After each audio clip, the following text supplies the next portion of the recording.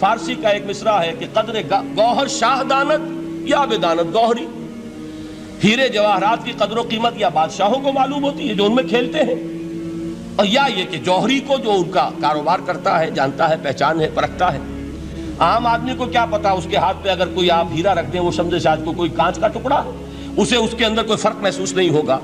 قدر گوہر شاہ دانت یا بدانت گوہری، کہ ہیرے جواہرات جو ہیں ان کی قدر و قیمت کا اندازہ یا بادشاہوں کو ہوتا ہے یا جوہری کو ہوتا ہے۔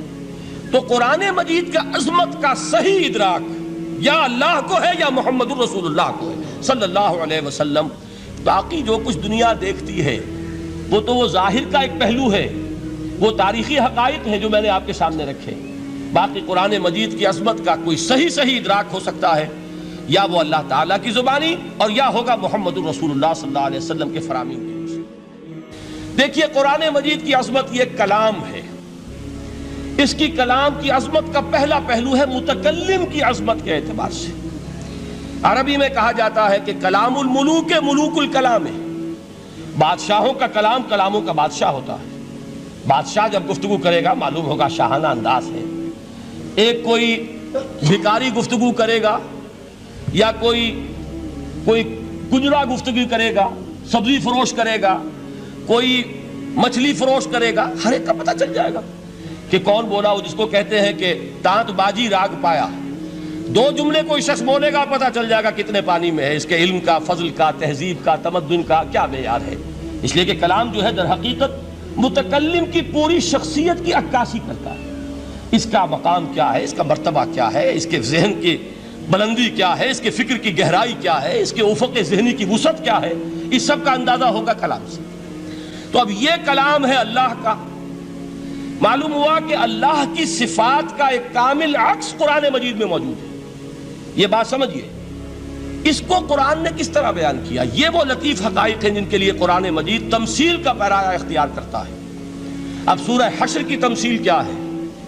لَوْ أَنزَلْنَا هَذَا الْقُرْآنَ عَلَى جَبَلٍ، اگر ہم نے اس قرآن کو کسی پہاڑ پر اتار دیا ہوتا، لَرَأَيْتَهُ خَاشِعًا مُتَصَدِّعًا مِّنْ خَشْيَةِ اللَّهِ، تم دیکھتے اس پہاڑ کو کہ اللہ کی خشیت سے دب جاتا اور پھٹ جاتا۔ وَتِلْكَ الْأَمْثَالُ نَضْرِبُهَا لِلنَّاسِ لَعَلَّهُمْ يَتَفَكَّرُونَ، اور یہ مثالیں ہیں جو ہم لوگوں کے لیے بیان کرتے ہیں تاکہ وہ تفکر سے کام لیں، غور و فکر کریں۔ اگر میں اور آپ قرآن کی عظمت سے واقف نہیں ہوں گے، اس بات کو نوٹ کر لیجئے، تو میں اور آپ اپنا وقت کیسے صرف کریں گے اس کے لیے؟ انسان کا ایٹیچیوڈ بڑا یوٹیلیٹیرین ہے، آج کے انسان کا خاص طور پر۔ وہ کسی ایسے ہی کام کے لیے وقت لگائے گا جس میں اس کے لیے فائدہ ہو، اور اس فائدے کی چیز اگر نہیں ہے تو اس کی طرف متوجہ نہیں ہوگا۔ اگر قرآن مجید کی عظمت کا ہمیں ادراک ہو جائے تو ہم اپنا پورا وقت اس کے لیے وقف کر دیں گے، اس کو سمجھیں گے، اس کی گہرائیوں میں غوطہ زنی کریں گے، جیسے اقبال نے کہا کہ قرآن میں ہو غوطہ زن اے مرد مسلمان۔ لیکن اگر یہ کہ اس کی عظمت کا ادراک نہ ہوا تو بس یہ کہ کبھی اتفاق ہو گیا کہ کھول لیا اور اس کو پڑھ لیا، پڑھ بھی لیا بغیر سمجھے، اور اس کا ثواب کسی اور کو پہنچا دیا، وہ آج حصول ثواب بھی نہیں رہا، ایصال ثواب ہی رہ گیا ہے۔ ورنہ یہ کہ بہرحال علامہ اقبال نے جو اس پر پھپتی چست کی ہے کہ بآیا تشترا کارے جزی نیست کہ از یاسین او آساں بمیری، اس قرآن کی عظیم آیات سے اے مسلمان آج تیرا سروکار صرف اتنا رہ گیا ہے کہ کوئی شخص مر رہا ہو، عالم نزع میں ہو، تو اس کو یاسین سنا کر اس کی جان جلدی سے نکال دو، آسانی سے نکل جائے، بس یہ سروکار رہ گیا۔ میں یہ نہیں کہتا کہ نہ پڑھی جائے، حضور نے فرمایا ہے پڑھنی چاہیے، لیکن صرف یہ نہیں ہے اس کا مصرف، یہ تو انسانی زندگی کی رہنما کتاب بن کر نازل ہوئی ہے، اس کے اوپر اس اعتبار سے توجہ تم نہیں کر رہے ہو، بلکہ تمہاری اس کے ساتھ جو ہے دلچسپی صرف اتنی رہ گئی ہے۔ تو پہلی بات یہ کہ یہ سمجھیے کہ قرآن نے یہ تمثیل اختیار کی اپنے عظمت کے بیان کے لیے۔ اگر ہم نے اس قرآن کو پہاڑ پر اتار دیا ہوتا تو تم دیکھتے کہ وہ پھٹ جاتا اور دب جاتا۔ اب اس کو سمجھیے، القرآن یفسر بعضہ بعضا، قرآن کا ایک حصہ دوسرے حصے کی تفسیر کرتا ہے۔ سورہ اعراف میں واقع آیا ہے کہ حضرت موسیٰ علیہ السلام کا آپ کو معلوم ہے کہ کوہ طور پر اللہ تعالیٰ سے ہم کلامی کا شرف حاصل کرتے تھے، گفتگو ہو رہی ہے لیکن اللہ نظر نہیں آ رہا۔ اب اس کو اپنے اوپر طاری کیجئے کہ صاف سامنے آتے بھی نہیں، صاف چھپتے بھی نہیں۔ یہ جو صورتحال تھی کہ اگر کسی کی آپ آواز سن رہے ہیں، کلام سن رہے ہیں، سامنے نہیں آ رہا، تو آپ کے دل میں خواہش پیدا ہوگی کہ ذرا سا یہ پردہ بھی اٹھا دیا جائے، مجھے دیدار بھی حاصل ہو جائے۔ لہذا سورہ اعراف میں ہے جب کئی بار یہ شرف ہم کلامی حاصل ہوا اللہ سے، تو حضرت موسیٰ علیہ السلام نے بڑی ہمت سے کام لیا، بڑی جرت کی درخواست کر دی، رب ارنی انظر الیک، یہ جو پردہ بیچ میں حائل کیا ہوا ہے پروردگار، تو میرا شوق دیکھ، میرا اشتیاق دیکھ، تو مجھے ذرا دیدار بھی عطا ہو جائے۔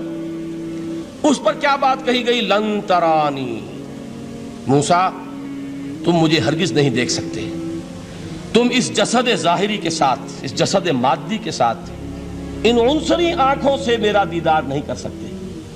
ولیکن انظر الی الجبل، دیکھو ہم تمہیں ایک مثال دیے دیتے ہیں، ذرا اس پہاڑ کی طرف دیکھو، ہم اپنی ایک تجلی اس پر ڈالیں گے۔ فَإِنِ اسْتَقَرَّ مَكَانَهُ فَسَوْفَ تَرَانِي، اگر وہ پہاڑ ہماری تجلی کو جھیل جائے، تحمل کر لے، تو تم بھی سوچنا کہ شاید ہمیں دیکھ سکو۔ اس کے بعد ہوا کیا؟ فَلَمَّا تَجَلَّى رَبُّهُ لِلْجَبَلِ جَعَلَهُ دَكًّا وَخَرَّ مُوسَىٰ صَعِقًا، جب اللہ تعالیٰ نے پہاڑ پر اپنی ایک تجلی ڈالی تو وہ پہاڑ جو ہے پھٹ گیا، اور موسیٰ، اب دیکھیے براہ راست تجلی موسیٰ پر نہیں ہے، یہ انڈائریکٹ مشاہدہ ہے تجلی ربانی کا، کہ جو پہاڑ پر ہوئی ہے، اور پہاڑ کی جو کیفیت ہوئی ہے اس کے مشاہدے سے حضرت موسیٰ بے ہوش ہو کر گر گئے۔ وَصَعِقَ مُوسَىٰ خَرَّ مُوسَىٰ صَعِقًا، یہ ہے وہ مثال جو یہاں دی ہے قرآن کے لیے۔ لَوْ أَنزَلْنَا هَذَا الْقُرْآنَ عَلَىٰ جَبَلٍ لَرَأَيْتَهُ خَاشِعًا مُتَصَدِّعًا مِنْ خَشْيَةِ اللَّهِ، نتیجہ کیا نکلا؟ انفر کیجئے، استدلال، استنتاج، نتیجہ یہ نکلا کہ جو تاثیر تجلی ذات ربانی کی ہے وہی تاثیر کلام ربانی کی ہے، صرف یہ ہے کہ ہمیں اس کا شعور نہیں، ہمیں اس کا ادراک نہیں۔ یہ بالکل ذات کی تجلی کی جو تاثیر تھی وہی قرآن خود بیان کر رہا ہے کہ اس کلام ربانی کی۔ اس کو بھی علامہ اقبال نے خوب کہا ہے، فاش گویم آنچ در دل مزمرست، صاف کہہ دیتا ہوں جو کچھ میرے دل میں ہے، این کتابیں نیست چیزیں دیگرست، اسے کتاب نہ سمجھ بیٹھنا قرآن کو، یہ کتاب نہیں ہے، کچھ اور ہے۔ کچھ اور کیا ہے؟ مثل حق پنہاؤ ہم پیداستو، زندہ پائندہ گویاستو، یہ تو جیسے اللہ تعالیٰ کی ذات ہے، مثل حق، ذات حق سبحانہ و تعالیٰ کی طرح یہ زندہ ہے، پائندہ ہے، مثل حق پائندہ گویاستو، یہ جو ہے زندہ ہے، یہ متکلم ہے، کلام نہیں ہے۔ کل صفات ربانیہ جو ہیں ظاہر اور باطن، مثل حق پنہا، ظاہر و پنہا، اور حی و قیوم جیسے اللہ کی ذات ہے، وہی صفات اس کلام کی ہیں۔ اور اس کے بعد وہ شعر آیا تھا جو میں پہلے سنا چکا ہوں، چوں بجاں در رفت جاں دیگر شود، جب یہ قرآن کسی انسان کے اندر سرایت کر جاتا ہے، اس کے دل پر نازل ہوتا ہے۔ دیکھیے یہ الفاظ آپ کو کہیں اور نہیں ملیں گے۔ میرے نزدیک جہاں علامہ اقبال اس دور میں قرآن کی عظمت کا سب سے بڑا ثبوت ہے، وہاں عظمت قرآنی کے سب سے زیادہ واقف اور اس کا سب سے زیادہ شعور رکھنے والے بھی علامہ اقبال ہیں۔ یہ الفاظ آپ کو کہیں نہیں مل سکیں گے کہ مثل حق پنہاؤ ہم پیداستو، زندہ و پائندہ گویاستو، چوں بجاں در رفت جہاں دیگر شود، جہاں چو دیگر شد جہاں دیگر شود۔ جب یہ انسانوں کے اندر سرایت کر جاتا ہے، ان کے اندر ایک انقلاب آ جاتا ہے، اور یہ اندر کا انقلاب ہے جو ایک عالمی انقلاب کا پیش خیمہ بنتا ہے۔